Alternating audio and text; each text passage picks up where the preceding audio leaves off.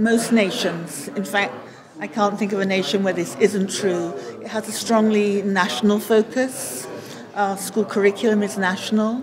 And so inevitably, you're either a citizen or you're not a citizen. You either belong or you don't belong.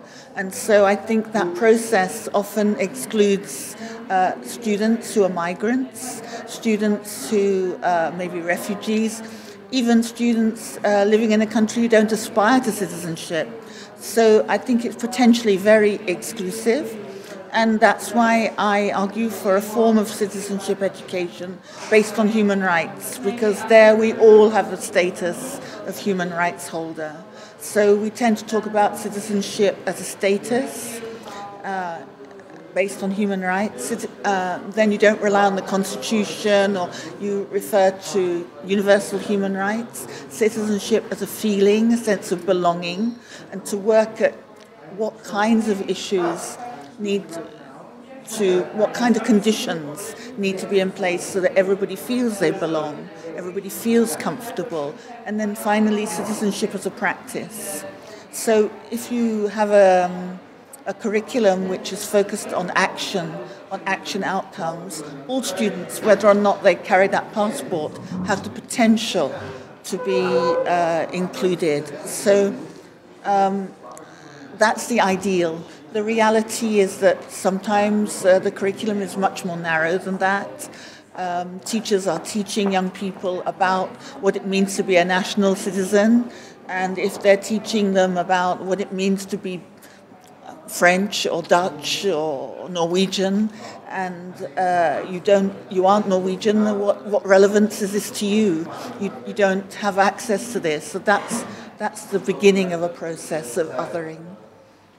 I think another thing is that many teachers need support and training in how to teach about diversity, and they often resort to stereotypes or to generalizations when the teacher themselves comes from the mainstream, from the majority, and maybe begins to talk about the other in an othering kind of way. So I think those are two processes, both the training of the teacher, but much more importantly, the framing of the curriculum. I think when you're living through an age of great change, you can feel it as a crisis. I think citizenship education can build on these moments. So often we rely on consensus for arriving at teaching about something, but often when you're in a moment of conflicting opinions, that's when you can have real debate, that's when you can have real discussion, and that's when you can work with young people so that their voices are heard, their opinions, and then build on that.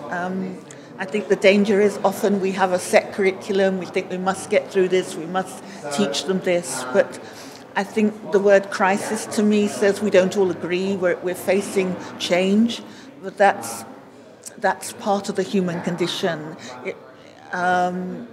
I think citizenship education has a contribution to make there in enabling young people to understand what's going on, so it does require knowledge, but it also requires a sense of empowerment, that we don't encourage young people to think this is a crisis in which you're lost, you have no hope, your future is nothing. So I think citizenship education must be about giving young people the skills to make a difference.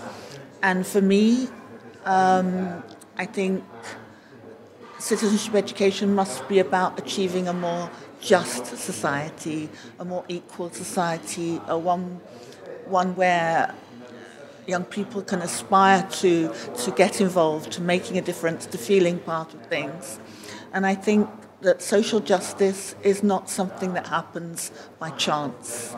If you just do the normal things, if you just continue as it were, like the way you planned, or if you just teach the curriculum in a normal way, you don't achieve social justice. It's only by actually thinking about this and actually building in the potential for change, because society isn't just. So I think a crisis can be seen as a potential point of creativity, of an opportunity to involve young people, and not an older generation telling a younger generation this is how it is and this is your part in it, but actually allowing them to be creative and to get involved and to feel they can make a difference.